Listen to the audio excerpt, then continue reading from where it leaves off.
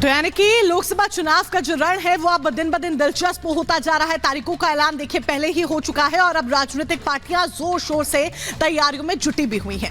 एक तरफ उम्मीदवारों के नामों का ऐलान किया जा रहा है तो वहीं दूसरी तरफ देखें तो चुनाव प्रचार की तैयारियां भी तेज है। इसी क्रम में प्रधानमंत्री Narendra Modi master card BJP का पहली चुनावी रैली मेरठ में करेंगे। पीएम मोदी मेरठ में 30 मार्च को बीजेपी उम्मीदवार अरुण गोविल के लिए प्रचार करते नजर आएंगे। इस दौरान राष्ट्रीय लोक दल के राष्ट्रीय अध्यक्ष जयंत चौधरी भी संयुक्त रूप से पीएम मोदी के साथ मंच साझा करेंगे।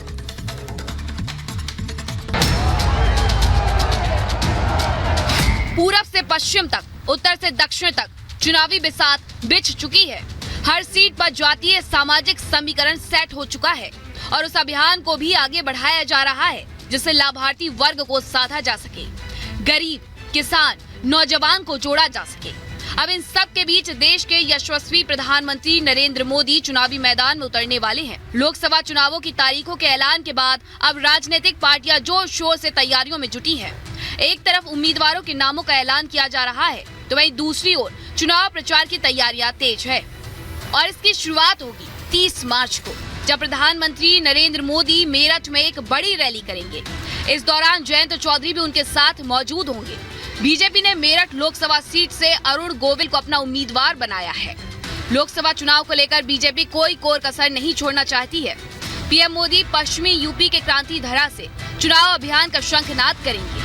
वहीं बीजेपी के नेता पीएम मोदी की रैली को लेकर तैयारियों में जुट गए हैं। पीएम मोदी अपनी रैली से पश्चिमी यूपी में सियासी तापमान बढ़ाएंगे। चुनावों की घोषणा के बाद पीएम मोदी का पहला दौरा मेरठ में होगा। पीएम मोदी 30 मार्च को मेरठ पहुंचेंगे जहां वो बीजेपी प्रत्याशी अरुण गोविल के लिए प्रचार प्रसार करते हुए नजर आएंगे। हालांकि इस दौरान पीएम मोदी के साथ मंच साझा करते हुए राष्ट्रीय लोक दल के अध्यक्ष जयंत चौधरी भी नजर आएंगे। अब इस प्रचार प्रसार से बीजेपी को कितना फायदा होगा वो देखने वाली बात होगी। पीएम मोदी के साथ चौधरी जयंत पहली बार मंच पर नजर आएंगे। दरअसल इस लोकसभा चुनाव में आरएलडी बीजेपी के साथ मिलकर चुनाव लड़ रही है। इस गठबंधन में आरएलडी के हिस्से 2 लोकसभा सीटें बिजनौर और बागपत आई हैं। इसके अलावा आरएलडी को एक विधान परिषद सीट भी बीजेपी ने दी है। गठबंधन के बाद अब आरएलडी के राष्ट्रीय अध्यक्ष जयंत चौधरी जहां बीजेपी उम्मीदवारों के लिए प्रचार करते नजर आएंगे तो वहीं बीजेपी के बड़े नेता आरएलडी उम्मीदवारों के लिए प्रचार करेंगे।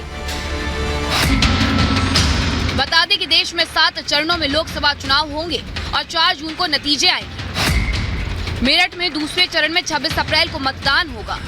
मेरठ लोकसभा के साथ हापुड़ का कुछ क्षेत्र भी जुड़ता है। कुल मिलाकर यहाँ 5 विधानसभा क्षेत्र हैं। इनमें किठौर, मेरठ कैंट, मेरठ शहर, मेरठ दक्षिण और हापुड़ की सीट है। मेरठ लोकसभा निर्वाचन क्षेत्र उत्तर प्रदेश राज्य के 80 लोकसभा निर्वाचन क्षेत्रों में से एक है। मेरठ का सराफा एशिया का नंबर 1 का व्यवसाय बाजार है। 2011 के आंकड़ों के अनुसार मेरठ की आबादी करीब 35 लाख है। इनमें 65% हिंदू, 36% मुस्लिम आबादी है। मेरठ में कुल वोटरों की संख्या 19,64,388। इसमें 55.09% पुरुष और 44.91% महिला वोटर हैं। 2014 में यहाँ मतदान का प्रतिशत 63.12% रहा। 2019 लोकसभा चुनाव में इस सीट से बीजेपी के राजेंद्र अग्रवाल ने जीत हासिल की।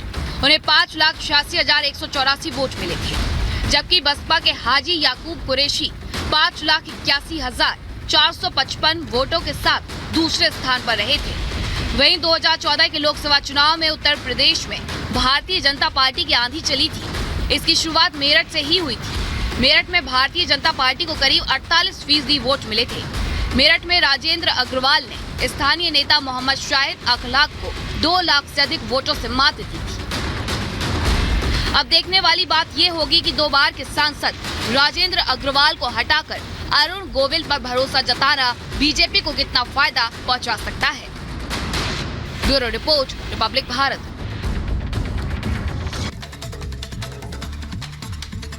एक तरफ जमकर प्रचार प्रसार की तैयारियां हो रही हैं तो दूसरी तरफ कंगना रनौत बीजेपी प्रत्याशी पर विवादित बयान देकर न सिर्फ सुप्रिया श्रीनेत बल्कि पूरी कांग्रेस घिरती हुई नजर आ रही है। बीजेपी ने न सिर्फ चुनाव आयोग में शिकायत की है बल्कि मंडी में बीजेपी कार्यकर्ता आज जगह जगह प्रदर्शन करते हुए भी नजर आने वाले हैं।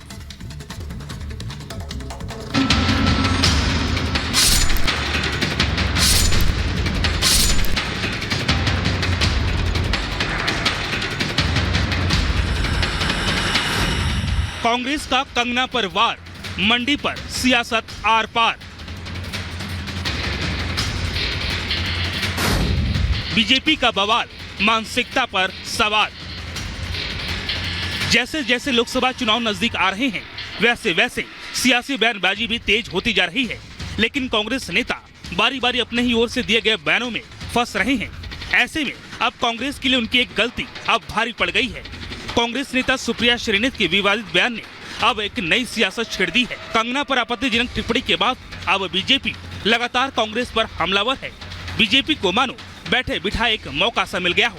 अब बीजेपी राहुल, सोनिया गांधी और प्रियंका गांधी से सवाल कर रही है। कांग्रेस अपने नेता की गलत बयानबाजी से एक बार फिर सियासी निशाने का शिकार हो गई है और ऐसे में कांग्रेस बैकफुट पर आती नजर आ रही है। तो वहीं बीजेपी इस मुद्दे को जोर शोर से उठा रही है और कांग्रेस नेता की मानसिकता पर ही बीजेपी नेता सवाल उठा रहे हैं। किसी भी महिला को अपमानित करना, उसके सेक्सुअलाइज करना, और खासकर सबसे ज्यादा जो मुझे दुख हुआ है वो जो मंडी जिसे छोटा काशी कहा जाता है, उसके बारे में इतनी भद्दी टिप्पणी, तो हम सब मंडी वासी जो हैं वो बहुत ही कष्ट हमें हुआ है इस चीज को लेकर। ये जो इतनी अभद्र टिप्पणी करी गई है इस देश की एक बेटी पर, एक महिला पे, इसके लिए कांग्रेस पार्टी को माफी मांगनी चाहिए। कांग्रेस पार्टी के शीर्ष नेतृत्व को माफी मांगनी चाहिए। ये दिखाता है कि कांग्रेस पार्टी की असल मानसिकता क्या है। मुद्दा गरमाने के बाद अब सुप्रिया श्रीनेत सफाई देने के लिए आगे आई। सुप्रिया का कहना है कि उनका अकाउंट हैक हो गया था, जिसकी वजह से ये विवादित पोस्ट किया गया। मेरे फेसबुक और इंस्टाग्राम अकाउंट का एक्सेस कई लोगों के पास है। उसमें से किसी एक व्यक्ति ने एक बेहद घृणित और आपत्तिजनक पोस्ट की। मुझे जैसे ही पता चला, मैंने सर्वप्रथम उस पोस्ट को डिलीट किया कि मैं कभी भी किसी भी महिला के खिलाफ व्यक्तिगत भद्दी और भोंदी टिप्पणी कर ही नहीं सकती हूँ। बीजेपी मामले को छोड़ना नहीं चाहती। कंगना के खिलाफ कांग्रेस नेताओं की टिप्पणी पर बीजेपी ने हिमाचल प्रदेश के मुख्य निर्वाचन अधिकारी से शिकायत दर्ज करा दी है, जिसके बाद अब कांग्रेस के लिए आफत बढ़ने वाली है। साथ ही पार्टी ने सुप्रिया श्रीनेत के खिलाफ कानूनी कार्रवाई की भी मांग की है। वहीं इस मुद्दे को प्रदेश भर में उठाने के लिए बीजेपी आज कांग्रेस नेताओं की ओर से विवादित टिप्पणी के खिलाफ विरोध प्रदर्शन भी करने जा रही है। इस विरोध प्रदर्शन में हिमाचल प्रदेश के पूर्व मुख्यमंत्री जयराम ठाकुर भी हिस्सा लेंगे। कंगना के पिता भी इस प्रदर्शन का हिस्सा होंगे। कांग्रेस के लिए ऐसा बयान देना अब उनके लिए सियासी मुसीबत बन गया है। अब देखना होगा कि बीजेपी इस मुद्दे को कहां तक खींचती है और कब कांग्रेस ऐसे बयानों से सबक लेगी। Bureau report, Republic Bharat.